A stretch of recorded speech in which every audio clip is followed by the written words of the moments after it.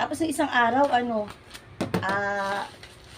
ano niya, may pasalubong sa akin na hindi ko pa nga na-ipopost. Gusto ko, isahan na lang yung daming balot. Daming balot. Ay! Ayan. Kasi, ano siya sa akin eh. Kasi pang, na to, mga pang-apat na gas, stove na binili ko. Ito yung siguro pang-apat.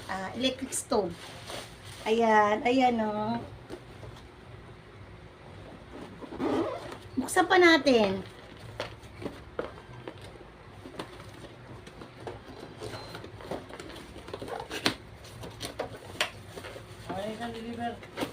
Teka lang, Chas, naka-live ako. Ay, ito na pala anak ko. Thank you, anak. Ito na pala anak ko. Galing trabaho.